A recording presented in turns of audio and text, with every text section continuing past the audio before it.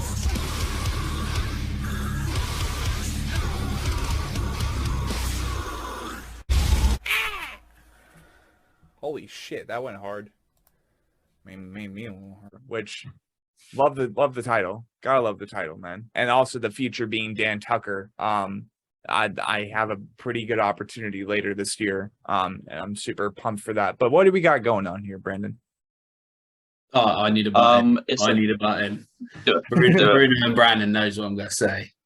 Yeah. The track was meant to be another one I actually made up years ago.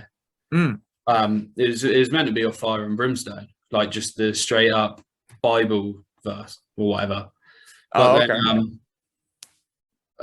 literally like a month or a few weeks before we was meant to release the music video, another band sent out put out a song called Of Brimstone and Fire, and that would be Disembodied Tyrant.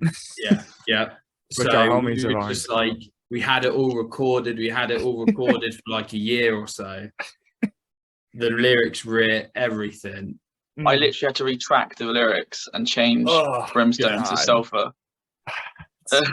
Like we tried so hard to try convince ourselves that like, oh nah, people won't fucking notice. But it got to the point where we was like, we can't. I'm not fucking gonna be sitting having to reply to comments on YouTube asking why we've ripped off this band. Yeah, and I had to do it anyway. Yeah, right. The one, so yeah. I mean, there you go. And that's funny that I kind of made that connection. I'm like, this kind of the song title reminds me of something else. I'm like, oh wait, like people still made the connection. There was still like comments on it, like because it was so soon after their release, and then people were like commenting like, "Hey, didn't those guys release the other track?" I was like, if they didn't have Tyrant in their name, I wouldn't give a shit. But what are the chances? They've got Tyrant in their name. That's true. I didn't even realize that. And how do I not realize that? That's funny. But yeah, there's too many connections there. We had to change it. Yeah, too many connections. They beat us to it. Fair play to them. It's a killer song. You beat us, guys. Yeah, the song I'm salty. Meanwhile, To the Grave has a song called Recoil and Horror, and then Recoil and Horror has a song called To the Grave, and they're like, oh, okay, cool. And then they just moved on. Like, that's funny. But lyrically speaking, and just inquiring on the decision to bring Dan Tucker onto the song, because obviously he's a legendary vocalist, but like, what was the creative process behind this track?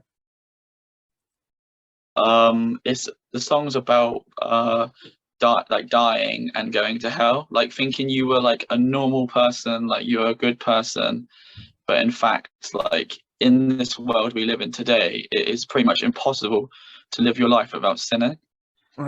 So it's about someone that thought they were like living a good life, like they were like maybe a little bit religious, like blah blah blah, but in fact they have died and gone to hell, and it's about what's happening to that person now in hell.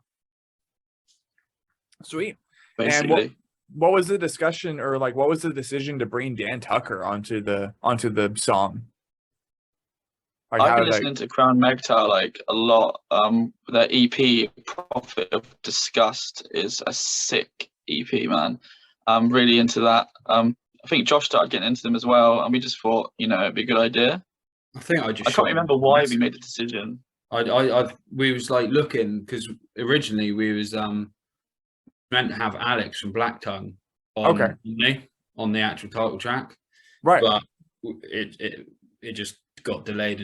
That it was just like, fuck it, it's too embarrassing to go and ask now, right? So we was looking at more different vocalists, more like impossible ones that we would have just loved and even like reached out to, but it's just more for the fact of like Brandon's the guy who defined his sort of vocal, like Dan Watson, from Infant obviously and Enterprise Earth, and now my Lord. Like he's been jumping around, man. But and then we was like, oh shit, Crown's just put out some sick stuff. He just sounds flawless, right? So we just hit him up and he actually got back, and he's just a super sick dude. He seems like a really nice guy. Absolutely.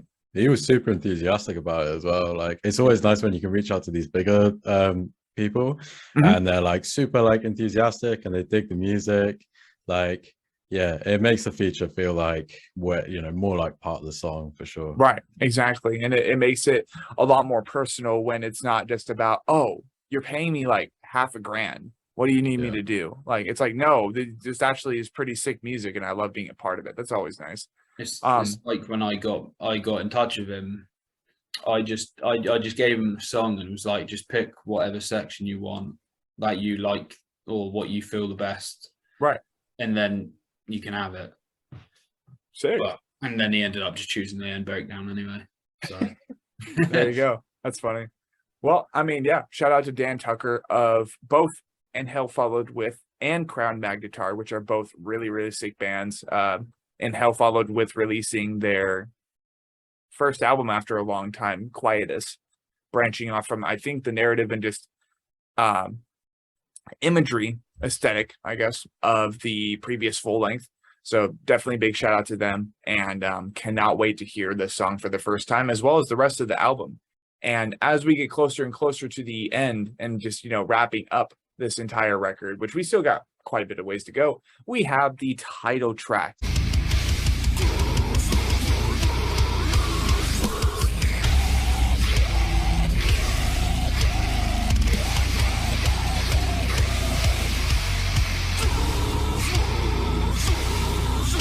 No. Dude.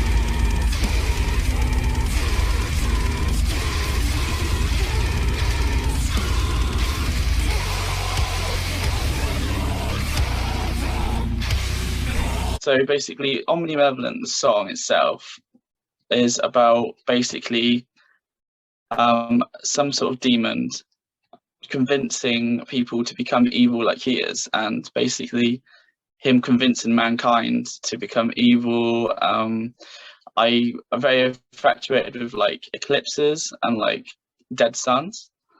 And like in the lyrics, it's like basically stare into the sky and like look at the eclipse and it will make you omni-malevolent, like all evil.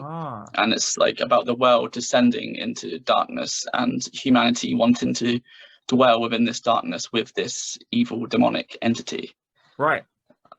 So that's that song, pretty much. Cool. So immediately moving on to track number 7, He Who Shuns the Light. Thirsty track, man.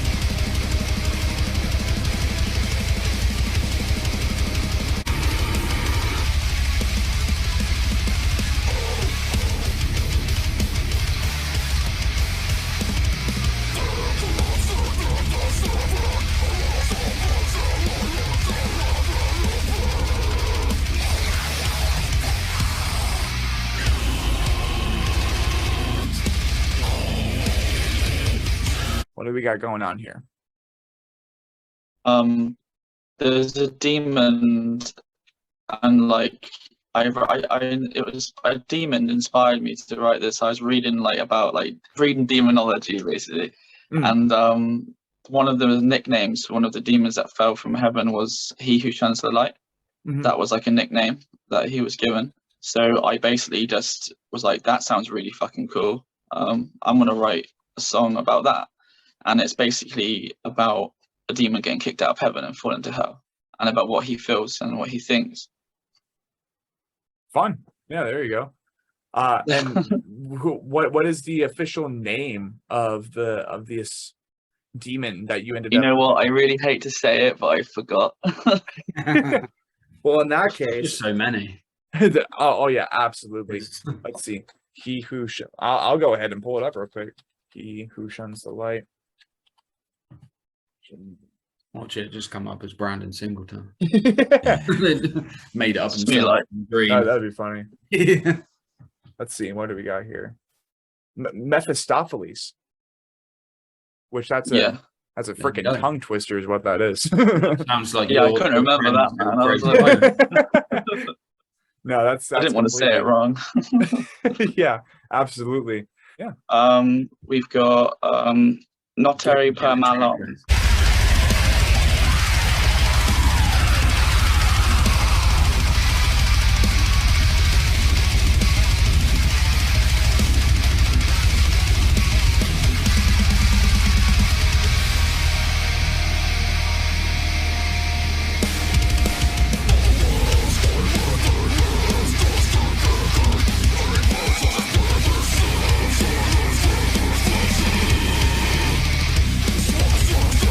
which is Latin. Oh, which track is that? Notari per malum. Ah, there we go. It's in Latin. So yes, obviously when people get possessed by demons, like they tend to speak Latin or Aramaic. So we've got a few Latin like titles floating around. That basically means marked by evil. Okay. And it is about the attempt, a priest attempting to exorcise a demon from a person that is sick and becoming possessed. And that is basically, that song is completely painting a picture of that from start to finish, of that process of possession, and the priest fails to exorcise the demons, and then the priest dies, you know, like it's just very like horror themed, very horror themed, man. It's a tragedy. It could be condensed into an A24 film or something of a similar nature.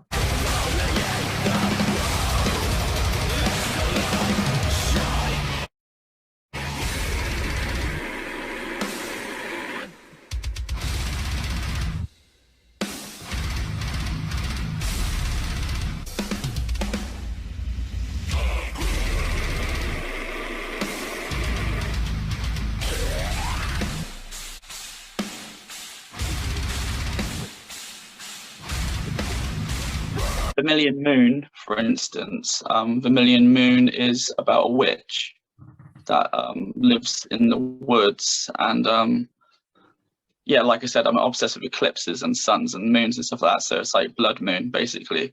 Yeah.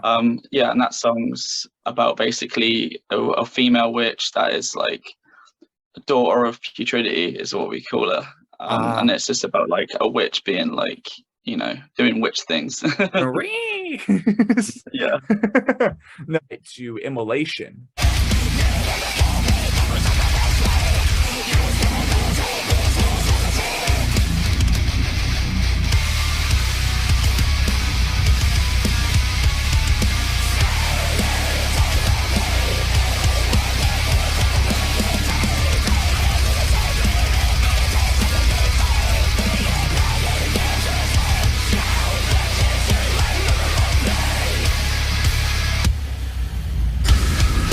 What is going on here, Brandon? If you obviously, for people that don't know what that means, it means to offer something through fire, or to kill yourself through fire, or to kill someone else through acts of burning, basically.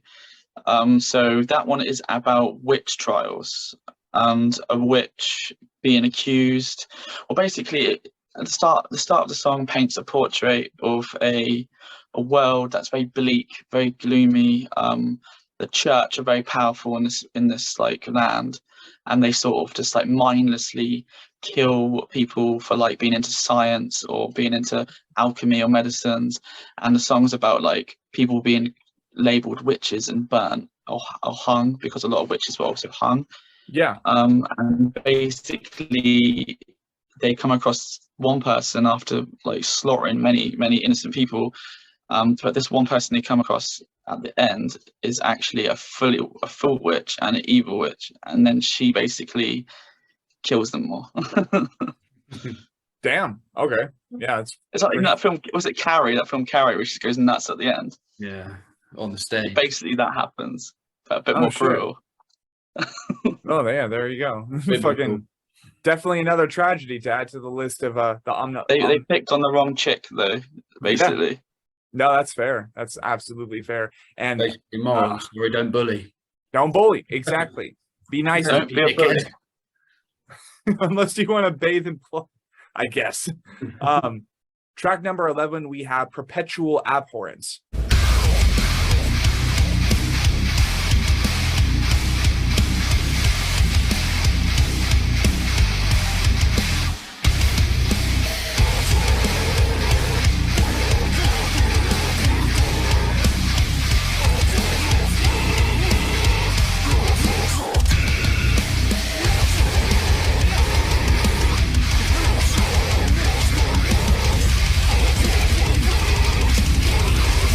What do we got going on here? That one is about God, my mind's just gone completely blank. I think I made that name, that one. You made that name as well. One with me. Yeah. It's just, like, the name itself is just like, pure horror. Like everlasting. This one's horror. actually got a major story that I forgot about. Like, yeah, sorry. So this song is about someone who makes a deal with the devil for power and success. Okay. And they were like nothing at the start. Like nothing. They were like an ambitious. I like to think it would be set sort of in like medieval times, so like an ambitious sort of like wannabe king in a sense. Right. And then they made a deal with the devil for success. And then I talk about how he fucked over his family and like basically killed innocent people for money and like, you know, got fat eating loads of food, like gorging away at food, but other people were like dying of starvation because it's in that sort of medieval environment like years and years ago. And then at the end, the devil, if you make a deal with the devil, there's always like something bad that's going to happen. Do you know what I mean? Yeah. Like there's two sides, and he had to pay the price for the deal that he got. Naturally. Yeah. And it's about that. Yeah, atone for your sins and shit. That makes absolute sense. And like, I think greed and gluttony are kind of the most common sins, among the 7 deadly sins for humanity overall. Like, it's kind of embarrassing sometimes, but that's a pretty sick way to go about that lyrically. I like that. Yeah, like one of the lyrics are like, when something is given, something must always be taken in return.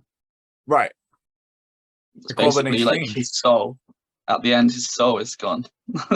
Yeah, that makes sense. So wrapping up basically what will be the Under the Skin session for Omnimalevolence, in which I'm about to pick up some swag, honestly. Because this is a really cool album, really awesome opportunity. We have track number 12, which is Forlorn and the Hollow. I like this track. The title is really cool.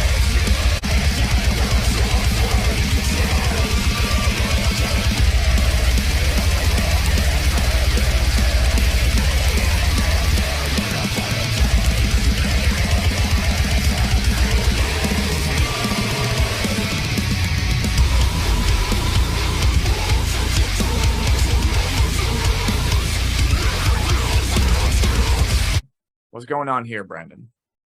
Well, forlorn means hopeless, basically.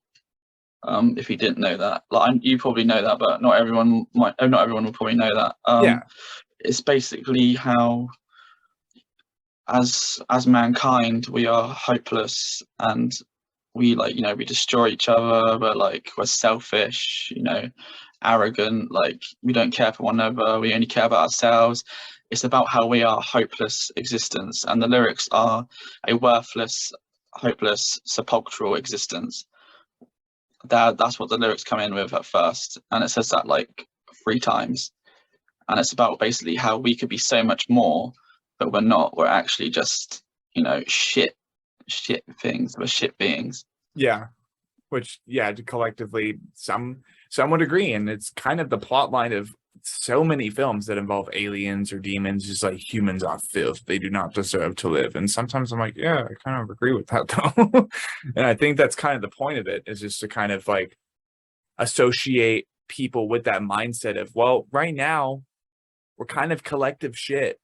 Like there are plenty of people trying to do good, but compared to the people that don't care, or compared to the very few who have the resources to care per se, but they don't want to, it just sucks. Yeah. It's kind of an embarrassment to the rest of us. And we're like, hey, we can't really do anything because we're poor or because we're sick. We're dying. And, you know, there's disease, and there's a worldwide virus worldwide disease that's like just affecting absolutely everybody now. And we have to take precautions and blah, blah, blah. We have to make sacrifices. And like, I still remember, even just speaking for COVID at the beginning of it, when like we were making such big progress as far as like plastic reduction in the ocean and people cleaning up beaches. And the moment that COVID hit, like, holy shit, here in the States and around the world, you just saw the N95 masks everywhere on the beaches. And I'm like, what the fuck, dude? We just made progress. And now just like, oh, okay, you know, COVID, oh, gotta stay safe. But when I'm done with it, just on the beach, I'm like, what the fuck, dude? We just retracted. We just like took 3 steps back when we took quite a few forward. But you know, over time, I think people have gotten better with that, and that's really what counts. But I think that's a great way to wrap up the Under the Skin session of our Anatomy podcast session.